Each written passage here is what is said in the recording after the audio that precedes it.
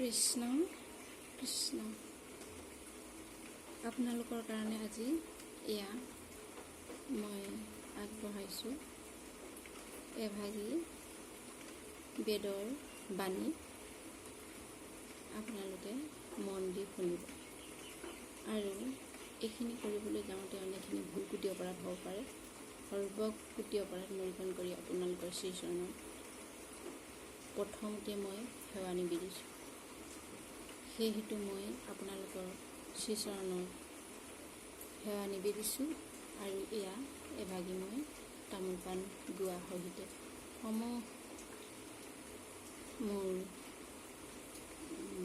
অনুৰাগীবৃন্দলৈ প্ৰথমতে এয়া তামোল পাণ অৰিহণা সহিতে সেৱা নিবেদিছোঁ। ভুল কুটি হ'লে সৰ্বদোষ ক্ষমা কৰিব।